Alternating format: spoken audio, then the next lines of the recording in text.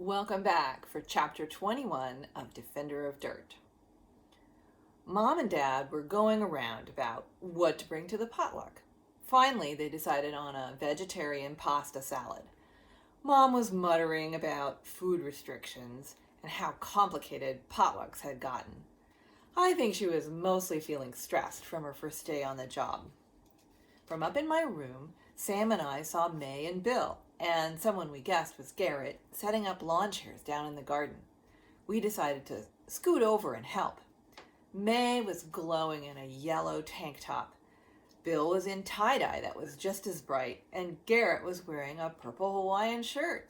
They all looked so colorful.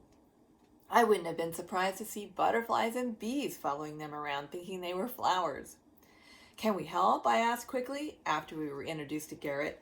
I wanted to get the jump on Sam with all his other questions. "No thanks," Bill smiled. "We're almost done. I've got some food prep to do in the house, but Garrett's a true chef, so we'll manage fine. Why don't you kids take a little tour with May? She can show you her side of the gardens. Take you through that confounded Willow Tunnel." "Yay!" Sam exclaimed. "I can't wait." We raced over to the tunnel and then slowed to a walk for the full experience. We sat down in the cool, leafy shade inside. We just poked the willow wands into the ground and then wove them together and they started to grow, May said. "What?" Sam exclaimed. "Are you saying this is made out of magic wands?" "No, silly. That's just what you call a young willow branch that you can use for starting a new tree." "It would be nice to have a hammock in here, wouldn't it?" Sam said quickly to cover his embarrassment. "Great place to chill out." "I like to read here," May said. "It's like being in a nest." "You're welcome anytime." May took us on into her family's yard.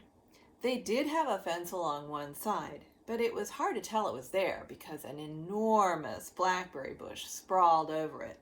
The arching branches poked every which way like octopus arms. Hundreds, maybe thousands of unripe berries dotted the tentacles. My mouth started watering. "We trade some of our fruits for Bill's veggies," May said, pointing to the apple, pear, and peach trees. "We can't grow as many vegetables as Bill because of all the shade." I couldn't imagine how much fun it must be to walk into your yard and pick a peach. "Shall we look for strawberries?" May asked, waving toward a sunny patch of yard. "I bet we can find some ripe ones scattered around." While May ran in for a bowl, Sam and I started finding a lot of juicy strawberries, and eating a few, I have to admit, those were the yummiest strawberries ever. When May came back, we filled a big bowl, and Sam spilled the story of Sydney's family. All of it. Our first encounter, the camera episode, and the fake shoe tying this morning. May looked more and more unhappy as we went on. When we told her what our dad had said about fear and power, she nodded. "That sounds like something Aunt Yuki would say," she replied. "She would think they've got it backwards, though, because, as the Tao Te Ching says, the one who sees through fear will be safe. You don't get power from acting out of fear." "Who says that?" Sam asked. "Tao De who?"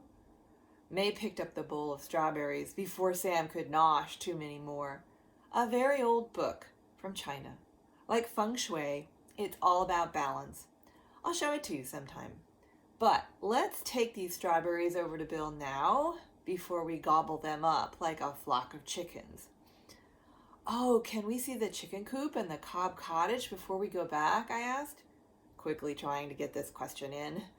I figured the chickens must be penned up, and I was so eager to see inside the cottage. "Sure," May said. "That might help get my mind off Sydney." Over at the coop, the chickens seemed to be kicking back, settling in for the evening. "They don't look like they mind being in a cage," Sam commented, squatting down close to their level. May looked thoughtful. "No, I think they feel safe. Chickens have more predators to worry about than humans.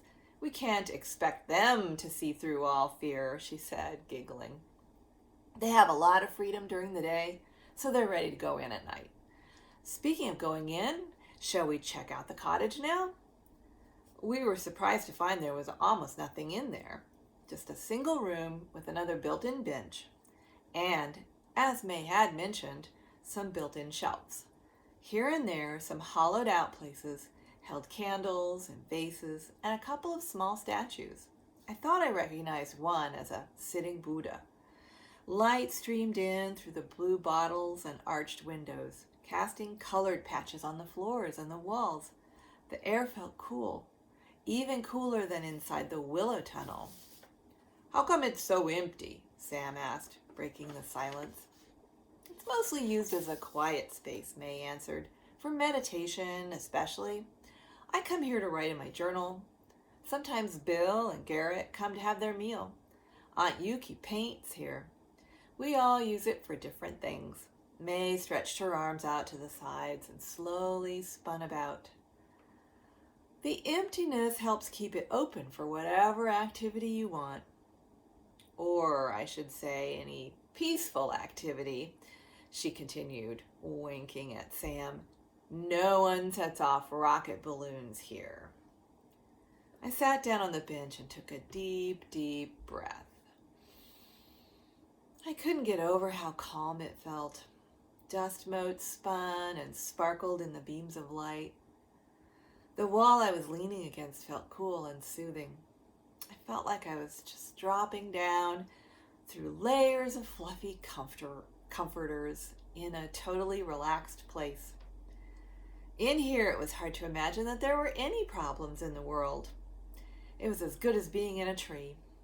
The thick beams that spread out like spokes from the center of the ceiling made it feel as though there were branches overhead. The Sydney problem seemed miles away.